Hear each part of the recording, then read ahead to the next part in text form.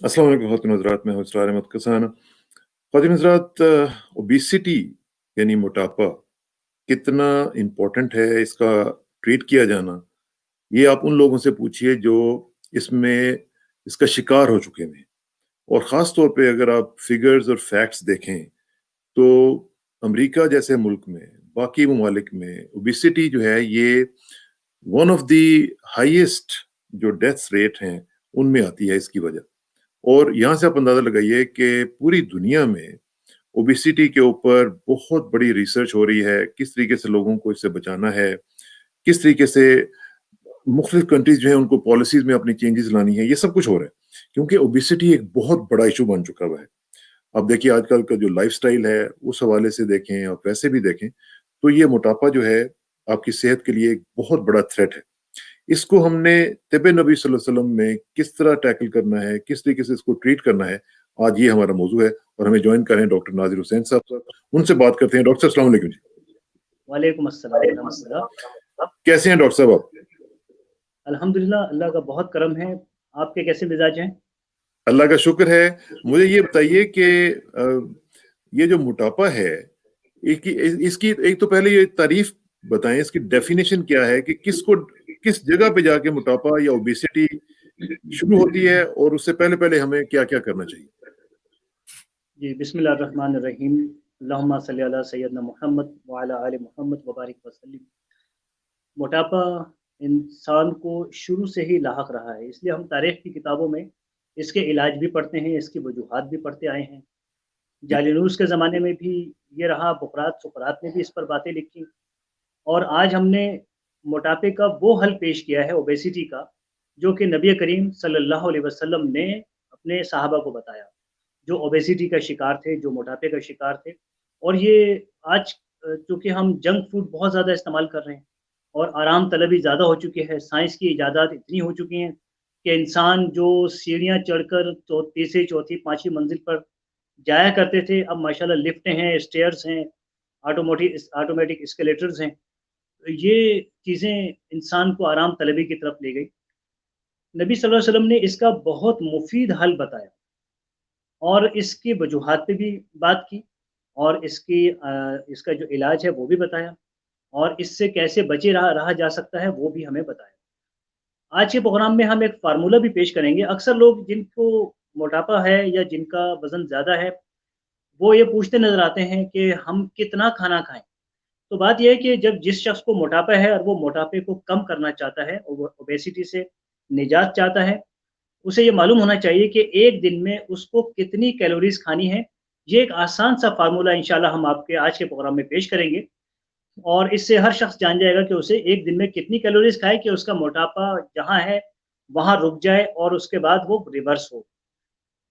इसरार कसाना साहब, नबी करीम सल्लल्लाहु अलैहि वसल्लम एक जगह से तशरीफ़ ले जा रहे थे, ये मफ़हूम है उस वाक़े का।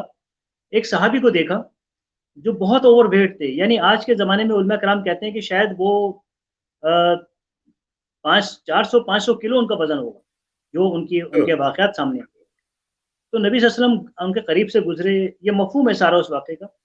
आपने अपनी उँगली मुबारक उनके पेट की तरफ हल्का-सा टच किया और फ़रमाया कि अगर ये मेहनत कहीं और की होती, ये मफ़हूम है, तो कितना अच्छा होता। तो वो सहाबी शर्मिंदा से हुए, उन्होंने कहा, या रसूलल्लाह सल्लल्लाहु अलैहि वसल्लम, मैं बहुत कोशिश करता हूँ, मेरा वज़न कम नहीं होता। तो नबी सल्लल्लाहु अलैहि वसल्लम ने इरशाद फ़रमाया कि क्या तुम रोज़ाना रात के वक़्त 500 कदम चल सकते हो? उन्होंने कहा, नहीं या रसूलल्लाह, ये बिल्कुल मुश्किल काम है, मैं तो बहुत नहीं चल सकता। फिर आपने उन्हें 400 की तलक़ीन की, 400 कदम चलो। फिर 300 फीट्स पर उनको कहा कि 300 कदम चलो, 200। आखिर में उन्होंने कहा, नबी सल्लल्लाहु अलैहि वसल्लम ने उनको बाकायदा ताकीद की कि तुम्हें 100 कदम रोज़ाना रात को चलना है, अगर तुम इस मोटापे से निजात चाहते हो। तो ये एक फ़ॉर्मूला हमारे सामने आया कि जिस शख़्स का वज़न ज़्यादा हो, उसको वॉक करना, चलना। अब वो वॉक किस किस्म की हो सकती है कि शुरू में उसको हल्की वॉक करनी है, फिर ब्रिस्क वॉक करनी है वग़ैरह। ये सब चीज़ें अहादीस मुबारका से हमें मिलती हैं। हमें ये देखना है कि इसकी वजूहात आज के ज़माने में क्या है। थायराइड, ख़ास तौर से हाइपोथायरायडिज़्म, जिसमें वज़न बढ़ता है। फिर खून की अगर कमी है, एनीमिया है, तो भी जिस्म के ऊपर एक स्वेलिंग सी आती है, वज़न बढ़ता है, और अगर वज़न ना बढ़े तो इंसान बहुत मोटा ताज़ा नज़र आता है, ओबेस नज़र आता है। इसके बाद खुश खुराकी है, ओवर ईटिंग करना और अच्छी-अच्छी मुरगन ग़िज़ाएँ खाना, और फिर आराम तलबी कि इतना कुछ खाने के बाद वो जिस्म को उतनी मूवमेंट ना देना, उतनी हरकत अपने जिस्म के ज़रिए से ना करना जो उसको हज़म करने के लिए हमें तलब है, जो एनर्जी हमें तलब है। तो ये 4 वजूहात हैं, इसमें से थायराइड और एनीमिया, इसका इलाज तो आप किसी डॉक्टर से करवा सकते हैं। लेकिन आज हम बात कर रहे हैं कि खुश खुराकी और आराम तलबी की वजह से जो मोटापा तारी होता है इंसान पर। एक तो सबसे पहले जैसे हमने बात की कि ये मालूम होना चाहिए कि मैंने कितना खाना खाना है। अब वो शख्स जो 80 किलोग्राम, हम किलोग्राम में लेंगे क्योंकि फ़ॉर्मूला किलोग्राम के हवाले से है। 80 किलो किसी शख्स का वज़न है और उसकी हाइट 5 फीट टू 5.2 इंच, इस तरह से उसकी हाइट है। ये उसका स्टैंडर्ड जो वज़न है, वो तकरीबन 65 केजी होना चाहिए, ज़्यादा से ज़्यादा 65 केजी, 65 केजी। लेकिन अब वो 15 किलो ज़्यादा है, अब उसको 15 किलो वापस आना है। ये इस तरह से आएगा कि उसको ये मालूम करना होगा कि मैं कितनी कैलोरीज़ खाऊँ, कौन-कौन सी चीज़ों में कितनी कैलोरीज़ हैं। ये एक मेहनत करनी पड़ेगी, इंटरनेट पे चार्ट मौजूद है हर चीज़ का, कि किस तरह से हम कितनी कैलोरीज़ खाई जाए। लेकिन कन्फ्यूज़न हमेशा ये रहता है कि मेरा वज़न इतना है तो मैं कैलोरीज़ कितनी खाऊँ, तो इसका मैं फ़ॉर्मूला आज बताता हूँ आपको। इसका फ़ॉर्मूला ये है कि ये स्लाइड दिखाइएगा कि इसमें वज़न, आपको पहले अपना वज़न पता होना चाहिए, एग्ज़ैक्ट वज़न क्या है। फ़र्ज़ करें आपका वज़न 80 केजी है। हम इसे 12 12 ये 12 असल में आवर्स हैं, क्योंकि 12 आवर्स इंसान अपने खाने-पीने में गुज़ारता है, स्टैंडर्ड ये है। अब आपने ये देखना है कि मैं कितनी कैलोरीज़ खाऊँ कि मेरा वज़न ना बढ़े, तो आपने अपने 80 किलो को मल्टीप्लाई करना है 12 से। तो ये जवाब आएगा 960, 960। तो आपने रोज़ाना सुबह से रात तक 960 कैलोरीज़ खानी है। इससे ज़्यादा अगर आप खाएँगे तो आपका वज़न फिर बढ़ना शुरू हो जाएगा। अगर आप इस फ़ॉर्मूले के तहत खाएँगे तो आपका वज़न एक जगह पर रुक जाएगा, क्योंकि अब आपने अद्वियात भी इस्तेमाल करनी है, एक्सरसाइज़ भी करनी है। लेकिन बहुत इश्यू ये आता है कि कैलोरीज़ ज़्यादा लेते रहते हैं, एक्सरसाइज़ से जो वज़न कम होता है वो क खाने-पीने में बराबर हो जाता है। अब इसी तरह अगर किसी शख़्स का वज़न 70 केजी है, तो वो 12 से ज़रब दे अपने वज़न को, और किसी का 100 केजी है, तो वो भी मल्टीप्लाई बाय 12 करें। तो ये वज़न अगर 1200 आता है तो उसके वज़न के लिहाज से उसे 1200 से ज़्यादा कैलोरीज़ नहीं खानी। अब इसमें एक और बात है, अगर फ़र्ज़ करें किसी का 1200 कैलोरीज़ जवाब आ रहा है, तो वो ये कोशिश करे कि वो 1000 कैलोरीज़ खाए सुबह से रात तक और 200 कैलोरीज़ कम कर दे। अब ये चार्ट पूरे इंटरनेट पे जगह-जगह मौजूद हैं। अब जो न्यूट्रिशन्स हैं, डायटीशियंस हैं, उनके पास ये बाकायदा होता है कि हम जो रोज़मर्रा खुराक इस्तेमाल करते हैं, 1 हफ़्ते में, उसमें किस चीज़ में कितनी कैलोरीज़ है, फिर आपको चार्ट बनाना, ये एक मेहनत का काम है। आराम से बैठे हुए जो लोग ये कोशिश करते हैं कि दवाओं के ज़रिए से अ, ये मसला हल हो जाएगा, तो ऐसा आज तक किसी के साथ नहीं हुआ। अब हम तिब्बे इस्लामी से इस बात का जवाब माँगते हैं कि मसाज एक ऐसी चीज़ है कि जब ऑयल का मसाज जिस्म पर किया जाता है और रेगुलर किया जाता रहे, तो आहिस्ता-आहिस्ता जिस्म स्किन के नीचे जो पार्टिकल्स हैं इसके फैट के और दीगर चीज़ों के, वो आहिस्ता-आहिस्ता मसाज की वजह से अपनी जगह छोड़ते हैं और एक सिरोल जिस्म इंसान का बनना शुरू होता है। ख़ास तौर से जिनकी टमी निकली हुई है, तोंद निकली हुई है, मोटा पेट उनका निकला हुआ है, वो जहाँ दूसरे इलाज करवा रहे हैं, उन्हें ज़ैतून का तेल, इसलिए कि ज़ैतून का तेल बहुत तेज़ी के साथ स्किन पर लगने के बाद वहाँ मौजूद चर्बी को पिघलाता है और जिस्म से ख़ारिज करने में हमारे जिगर की मदद करता है। तो इसलिए ज़ैतून का तेल हमें कम से कम 1 माह तक लगाना है। रोज़ाना रात के वक़्त इसकी मालिश करें या सुबह के वक़्त इसका मसाज करें। तो ये 1 महीने का हम प्रोग्राम आज बता रहे हैं जो मोटापा कम करना चाहते हैं। दूसरी चीज़, अगर खून की कमी है तो एनीमिया ख़त्म करने वाली चीज़ें वो लें, क्योंकि खून की कमी से जिस्म पर डॉक्टर मोटापा साहब, ये तारी होता मालिश है। जो है इससे ये बचने, सिर्फ टमी के ऊपर करनी है? ये पूरे जिस्म पर करनी है लेकिन टमी पर ज़्यादा करनी है, क्योंकि ज़्यादा फैट हमारा, क्योंकि हमारे हमारे पेट में एक कैविटी होती है और ठीक। जिस्म ये देखता है कि ज़्यादा स्पेस कहाँ पर है, तो वो ज़्यादा फैट्स जो जिस्म में हम खाते हैं, पीते हैं, वो उनको जमा करने के लिए सबसे पहले टमी का इस्तेमाल करता है। तो इसलिए टमी पर ज़रा ज़्यादा मेहनत करनी है। और एक और हमारे जिस्म में सिस्टम है, अगर हम टमी पर से फैट उतरना शुरू होगा, तो एक बैलेंस कैलकुलेशन के साथ पूरे जिस्म से ये उतरना शुरू हो जाता है। हर जगह से एक बैलेंस तरीके से निकलता है।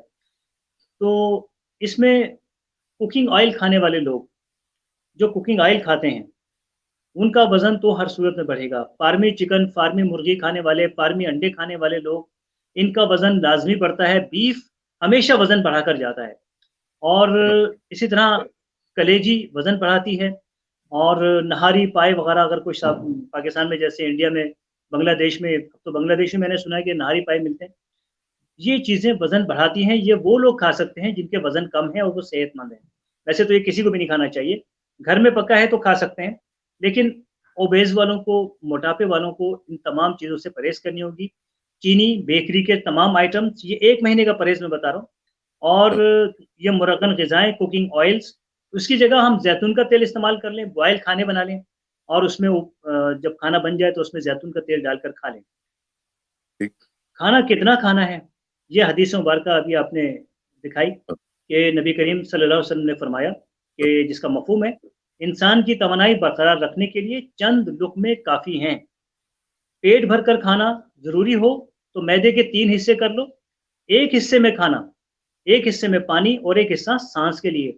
हम जो पूरे मैदे में खाना भरते हैं, हमें ये अंदाज़ा हो जाता है कि ये 2 रोटी है, ये हमारा पूरा मैदा फ़िल कर देती है। तो हमें ये करना है कि आधी रोटी, अपनी 1 रोटी अपनी खुराक कर दें, यानी आधी खुराक कर लें अपनी।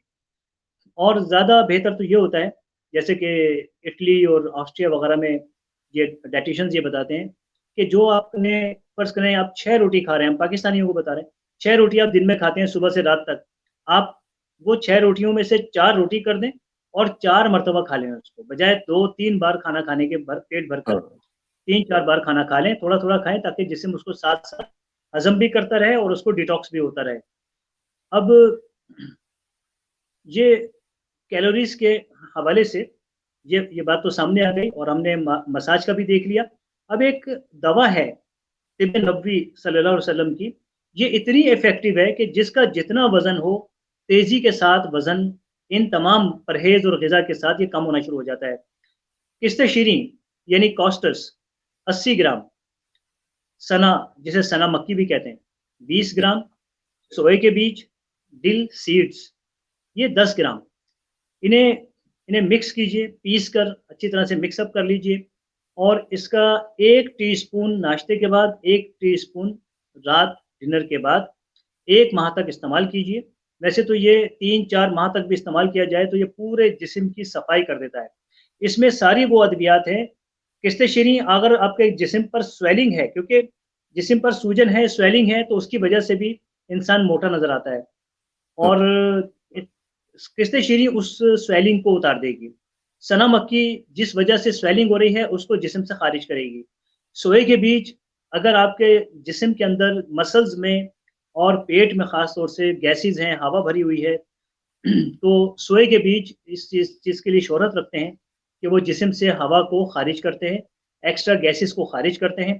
तो एक ही वक़्त में इस नुस्खे से इंशाअल्लाह तीनों किस्म के ये फ़वाइद हमें हासिल हो जाएँगे। तो अब इसके लिए एक और चीज़ ज़रूरी है। बहुत से लोग ये करते हैं कि सुबह का नाश्ता स्किप कर देते हैं कि नाश्ता नहीं करेंगे तो जिस्म को कैलोरीज़ कम मिलेंगी। अब एक इश्यू ये आता है कि अगर आपने सुबह का नाश्ता नहीं किया, तो जिस्म पर स्वेलिंग तारी हो जाएगी और लिहाज़ा सुबह का नाश्ता ना सिर्फ जल्द करना है बल्कि जल्दी करना है। नबी सल्लल्लाहु अलैहि वसल्लम ने इरशाद फरमाया, जिसका मफ़हूम है कि सबसे बेहतरीन नाश्ता वो है जो सुबह जल्दी किया जाए। ये इसीलिए आपने कहा कि अगर जिस्म को तवानाई सुबह-सुबह नहीं दी गई, तो वो जिस्म के अंदर मौजूद रिज़र्वायर को इस्तेमाल करेगा और उसके नतीजे में इंसानी जिस्म फूलना शुरू हो जाएगा। तो इसलिए हमें सुबह का नाश्ता जल्दी करना है। दूसरा ये, अपने दाँतों की अच्छी तरह सफाई करनी है। जैसे मैंने गुज़िश्ता प्रोग्राम में बताया था कि जब दाँतों की अच्छी तरह सफाई ना की जाए, तो ये मामूली सा नज़र आने वाला दाँतों के अंदर मैल, ये पूरे जिस्म के अंदर जिस्म का वज़न बढ़ा सकता है, जिस्म को इन्फेक्टेड कर सकता है और ब्लड को पॉइज़नस कर सकता है, ये इतना ख़तरनाक होता है। तो हर खाना खाने से पहले मिसवाक कर ली जाए। क्योंकि मिसवाक सबसे ज़्यादा सॉफ्ट दांतों के लिए है, क्योंकि बहुत ज़्यादा ब्रश नहीं किया जा सकता। रात बिल्कुल, सोते वक़्त ब्रश कर लिया जाए, सुबह उठ के मिसवाक कर ली जाए, क्योंकि सुबह-सुबह केमिकल वाला पेस्ट दाँतों पे लगाना इंतहाई ख़तरनाक है, क्योंकि मुँह से हमारे अज्ज़ा जिस्म में जाते हैं, वो लीवर के लिए ख़तरनाक हो सकते हैं। तो अच्छी तरह दाँतों को साफ़ किया जाए। एक और चीज़ जो इस्लामी तालीमात है कि हर लुक़मा उसको 30, 35 या 40 बार चबाया जाए। चबाया इसका जाए। फ़ायदा ये है कि सलाइवा मिलता है। सलाइवा में पेप्सिन जो कि खाना हज़म करती है और दीगर अज्ज़ा होते हैं जो कि फ़ैट को हज़म करते हैं।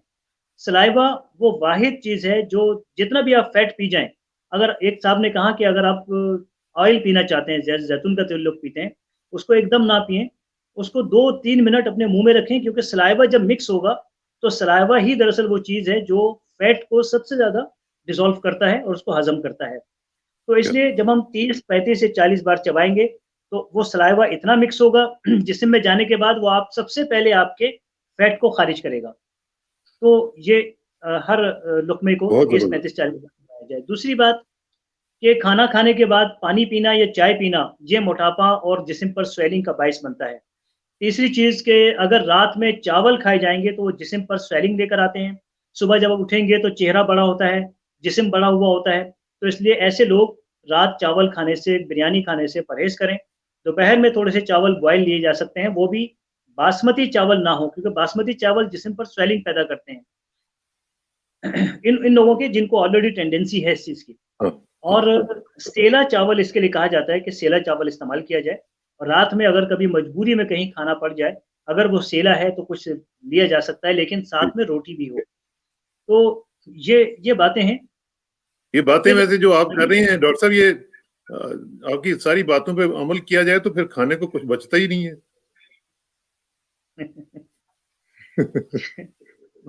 चाय भी आपने खाने के छुड़वा दी, लिए आपने सब चीज़ें ये छुड़वा दी हमारी, हम क्या करें? अच्छा देखें, चूँकि एनीमिया एनीमिया होता है खून की कमी से, और खून क्या हाँ, होता है? आयरन। आयरन ही हमारे जिस्म का खून होता है। अगर हम खाने के बाद चाय पिएँगे, तो 70% आयरन जल जाता है, ज़ाया हो जाता है। वो इस हमारे जिस्म को नहीं मिलता।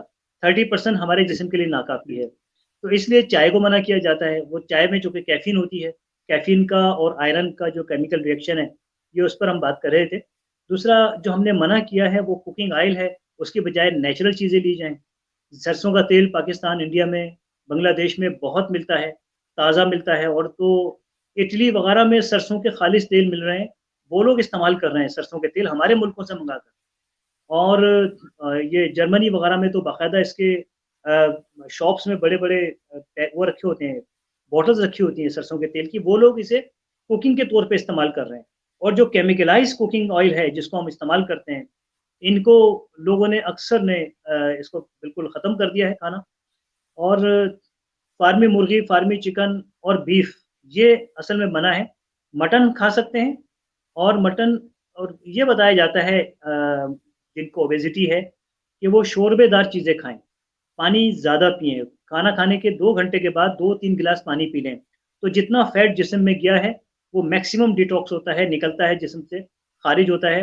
और पानी की कमी की वजह से जो जिल्द पे मसाइल आते हैं, इससे उससे भी निजात मिलती है। एक और चीज़ है पपीता।